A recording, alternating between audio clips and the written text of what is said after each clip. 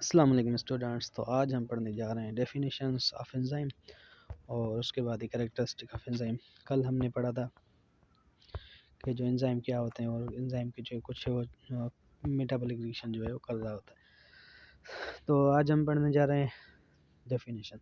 The high amount of activation energy cannot be provided by an organism itself, therefore they require some facilitators.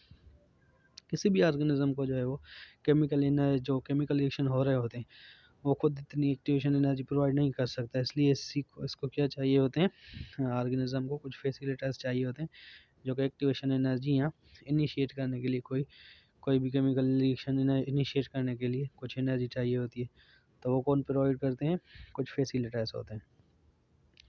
C these facilitators are special molecule. ये कुछ special molecules होते हैं जिनको हम क्या बोलते हैं? फैसिलिटर बोलते हैं। Made up mostly of protein. किन के बने हुए होते हैं? प्रोटीन नेचर होते हैं, प्रोटीन के बने हुए होते हैं। ये जो है वो कुछ साइंटिस्ट थे जिन्होंने डिस्कवर किया था कि जो है वो एंजाइम जो है वो प्रोटीनियस इन नेचर होते हैं। एंजाइम की जो है वो दो वर्ड से बना होता है। एक इन होता है यानी कि इनसाइड, और जाइम मीन्स यीस्ट। अब यीस्ट क्या है? यीस्ट एक फंजी है जो कि जिसमें से ये जो है वो पहली दफ़ा जो है वो डिस्कवर किया गया था। एक जो है वो साइंटिस्ट था लुईस पास्चर, जिसने क्या किया था? फर्मेंटेशन का प्रोसेस किया था, जिसमें इसने क्या किया था कि फ्लोर में उसने क्या किया? यीस्ट मिला दिया था। तो उसके बाद वो क्या हो रहा था, जो फ्लोर या आटा था वो जो है वो फूलता हुआ जा रहा था। तो उसको पता चला बाद में कि ये जो यीस्ट इसने इसमें मिलाया था तो उसमें क्या था, कुछ ऐसे यीस्ट में some kind of chemicals present थे जो कि इस आटे को फूलने में हेल्प कर रहे थे। तो उसमें क्या थे? जाइमेज एक एंजाइम था जो कि यीस्ट में पाया जाता है। सबसे पहला जो एंजाइम था जो कि डिस्कवर किया गया था वो था zymase. The name was coined due to the observation when yeast was introduced in fruits.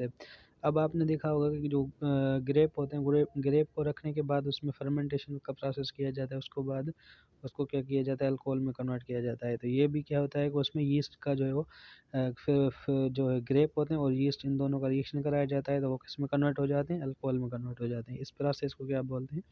Fermentation. तो यीस्ट में होता क्या है? जाइमेज एक एंजाइम होता है जो कि ये फर्मेंटेशन का प्रोसेस करवा रहा होता है। Now the enzyme are defined as the biocatalyst which facilitate chemical reaction by lowering the activation energy. ये क्या करते हैं? बायोकैटालिस्ट होते हैं जो कि फैसिलिटेट करते हैं केमिकल रिएक्शन को, क्या करके? Lowering the activation energy. Activation energy किसी भी रिएक्शन की कम कर देते हैं। इसीलिए the action of enzyme allow the biological reactions to proceed rapidly. इसलिए क्या होता है? बायोलॉजिकल रिएक्शन को एंजाइम जो है वो स्पीड अप करते हैं, रैपिडली हो जाएं, रिलेटिवली लो टेम्परेचर पे भी और प्रेशर पे भी इन बायोलॉजिकल ऑर्गेनिज्म। सही है। उसके बाद आते हैं करेक्टरिस्टिक ऑफ एंजाइम। अब एंजाइम जो है वो कुछ पर्टिकुलर करेक्टरिस्टिक होते हैं, ये लाजमी याद करने यानी कि इंपॉर्टेंस है। एंजाइम और बायोकैटालिस्ट, एक तो ये हमारी जो है वो बायोकैटालिस्ट है यानी कि हमारे बॉडी के अंदर, बायो इसलिए यानी कि हमारी बॉडी के अंदर, लिविंग बॉडी के अंदर काम कर रहे हैं। कैटालिस्ट यानी कि स्पीड अप कराने में जो हमारी हेल्प करें उनको हम कैटालिस्ट बोलते हैं। सही है। एंजाइम और bio catalyst made up of mostly protein के बने हुए होते हैं। Therefore three dimensional folded chains of amino acid with specific shape. इनकी एक पर्टिकुलर शेप होती है और three dimensional folded chain of amino acid होती है। अब आपने पढ़ा होगा बायो मालिक्यूल्स में कि जो है वो प्रोटीन की तीन टाइप्स होती हैं। एक होता है primary protein, secondary protein and tertiary protein. जो प्राइमरी होती है उनकी सिंपल पॉलीपेप्टाइड चेन होती है। जो सेकेंडरी होती है उसमें दो पॉलीपेप्टाइड चेन एक दूसरे के ऊपर कॉइल कर रही होती है। और जो टर्शरी जो होती है अमीनो एसिड की स्ट्रक्चर, उसमें क्या होता है कि एक तीन पॉलीपेप्टाइड चेन एक दूसरे के ऊपर कॉइल कर रही होती है। तो उसमें जो बेस्ट एग्जांपल है वो है एंजाइम। सही है। तो इनकी पर्टिकुलर एक शेप बन रही होती है। This shape determined by the sequence of amino acid. ये जो है वो सीक्वेंस ऑफ अमीनो एसिड जो है वो पर्टिकुलर स्ट्रक्चर बना रहे होते हैं, शेप बना रहे होते हैं, held together by the bonds. अब बॉन्ड्स जो इसमें प्रेजेंट होते हैं, जिस तरह के बॉन्ड होंगे उसी तरह के इसमें क्या होंगे? शेप उसमें जो है वो बनेगी। For example hydrogen bond. Enzyme speed up the chemical reaction by bringing the reactant together. अब क्या होता है कि रिएक्टेंट हम उनको बोलते हैं जो कि रिएक्ट करके प्रोडक्ट बनाते हैं। सही है। तो रिएक्टेंट को साथ जोड़कर ये क्या करते हैं? एक्टिवेशन एनर्जी उनकी कम कर देते हैं और इस केमिकल रिएक्शन को स्टार्ट कर देते हैं। सही है। When an enzyme start the chemical reaction catalyse the reaction and does not utilise. अब इसकी दूसरी प्रॉपर्टी कौन सी है? एक तो हो गई एंजाइम बायोकैटालिस्ट है, दूसरे प्रोटीन इन नेचर है और तीसरा कि ये खुद यूज़ नहीं होते किसी भी केमिकल रिएक्शन में। ये क्या करते हैं कि किसी भी केमिकल रिएक्शन को फैसिलिटेट करते हैं, उसकी एक्टिवेशन एनर्जी कम कर देते हैं, सही है। तो इसमें क्या होता है, खुद यूज़ नहीं होते, यानी कि स्पीड ऑफ केमिकल रिएक्शन को कराकर खुद जो है वो निकल जाते हैं। किसी भी रिएक्टेंट को प्रोडक्ट में कन्वर्ट करवा कर खुद जो है वो यूज़ नहीं होते कभी भी, याद रख लेना। which means even single or little amount of enzyme can start a reaction and catalyze fastly।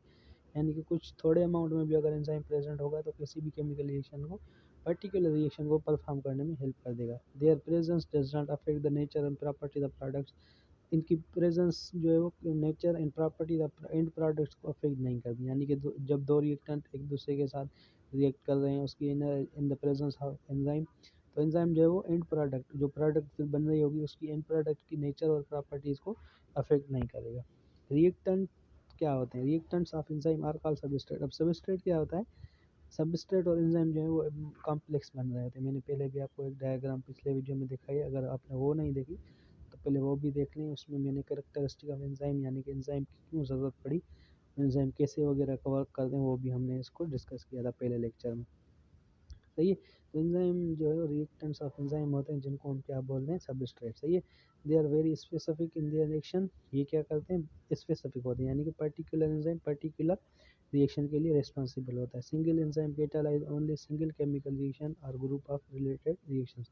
यहाँ तो सिंगल केमिकल रिएक्शन को जो है वो कंट्रोल कर रहा होता है, स्पेसिफिक होते हैं ये नेचर में, चाहे वो ग्रुप ऑफ केमिकल रिएक्शन हो या एक ही केमिकल रिएक्शन हो। पर अगर किसी भी यानी कि रिएक्शन कंट्रोल कर रहा होगा तो वो स्पेसिफिक नेचर होगा। एक ही एंजाइम एक ही केमिकल रिएक्शन को भी कंट्रोल कर सकता है, ग्रुप ऑफ केमिकल रिएक्शन को भी कंट्रोल कर सकता है, पर वो उसमें पर्टिकुलर होता है नेचर वाइज, सही है।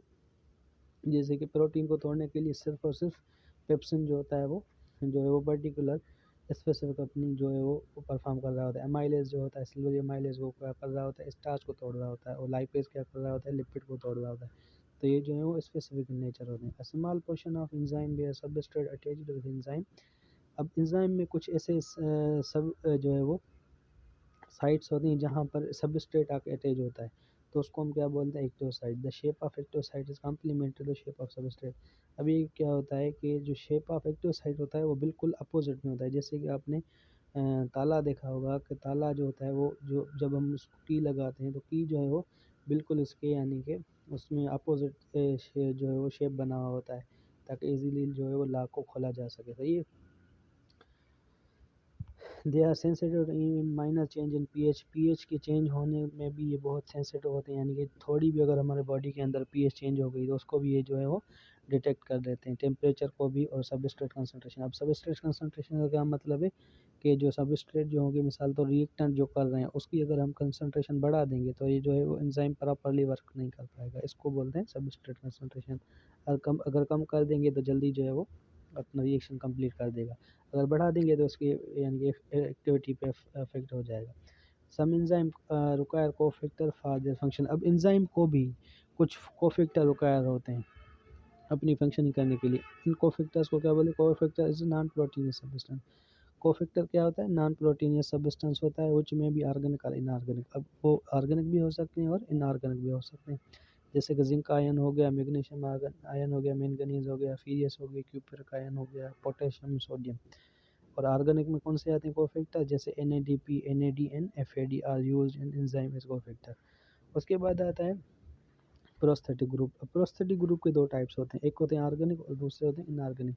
कोफैक्टर के भी दो टाइप्स होते हैं, सही। कोफैक्टर के एक होता है प्रोस्थेटिक ग्रुप और दूसरा होता है कोएंजाइम। प्रोस्थेटिक ग्रुप उनको बोलते हैं जो कि ऑर्गेनिक कोफैक्टर होंगे, उनको क्या बोलेंगे हम,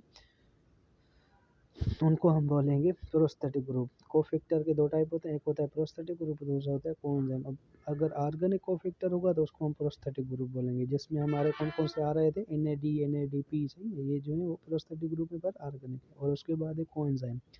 जब inorganic coenzyme, if organic cofactor are closely, ये कोएंजाइम जो होता है इनऑर्गेनिक होते हैं, इसमें दोनों में ऑर्गेनिक लिखा हुआ है।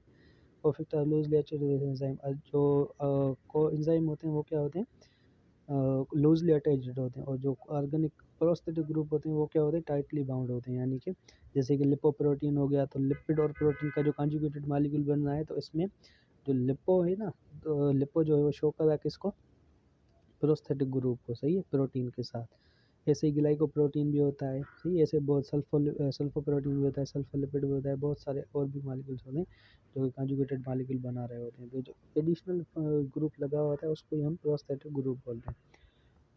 Many enzyme work in sequential manner to produce specific product. ये क्या करते हैं, सीक्वेंशियल मैनर में काम करते हैं स्पेसिफिक प्रोडक्ट को, यानी स्पेसिफिक इन नेचर होते हैं तो स्पेसिफिक प्रोडक्ट बनाने में इसकी हेल्प करते हैं।